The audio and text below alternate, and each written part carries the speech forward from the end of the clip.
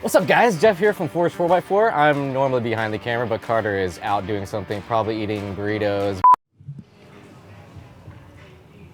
What? But as you can see, the interior is done. We just got back from Tommy Camper Van. There's one last thing to do to make this thing off-road capable. Our friends from Fabtech have developed a brand new coil-over suspension set for us that isn't even on the market yet. So without further ado, let's get this beast up to Fabtech.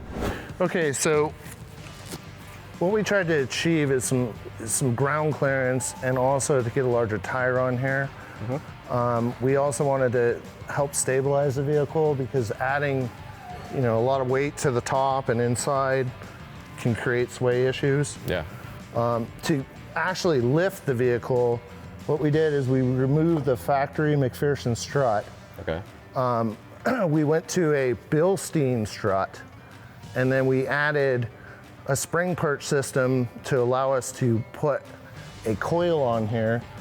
Okay, that coil is how we're achieving the 1 inch of lift. The vehicle has a monoleaf in it, so this is basically a secondary spring that's helping that monoleaf. Okay. For people who don't know what a monoleaf, can you explain what a monoleaf is?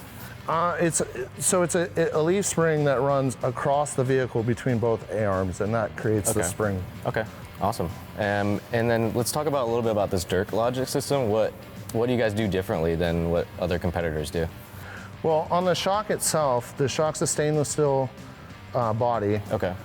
And it's got a nitrocarb rod. The valving inside is specific to this vehicle. We're able to actually change that as we're designing the shock. We do a lot of ride testing. Yeah. The stainless steel is a big help because it's corrosion resistant. Right. This reservoir allows for extra oil. It's aluminum. Okay. And having that extra oil keeps the thing cool. Right. Yeah. Awesome. This is a cool system. What were like the development processes like? What were the challenges that you guys had developing this whole system? Because I know this isn't completely one-off, or not one-off. It's for this specific model of van, right?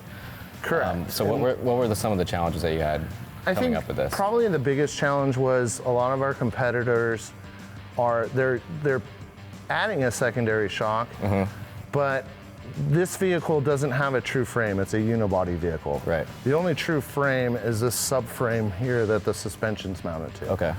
So what we chose to do, and this was a bit of a challenge on coming up with how to do it, is go ahead and mount the shock to the actual subframe instead of mounting it to the unibody because we were concerned with noise issues, possible cracking, and it just did not seem like the correct way to do it. Yeah. So by creating this mount, everything's completely mounted to the subframe. There's no load on the unibody or the fender well. Oh yeah, super solid build. Yeah. Also, that helps isolate noise. Right. Awesome.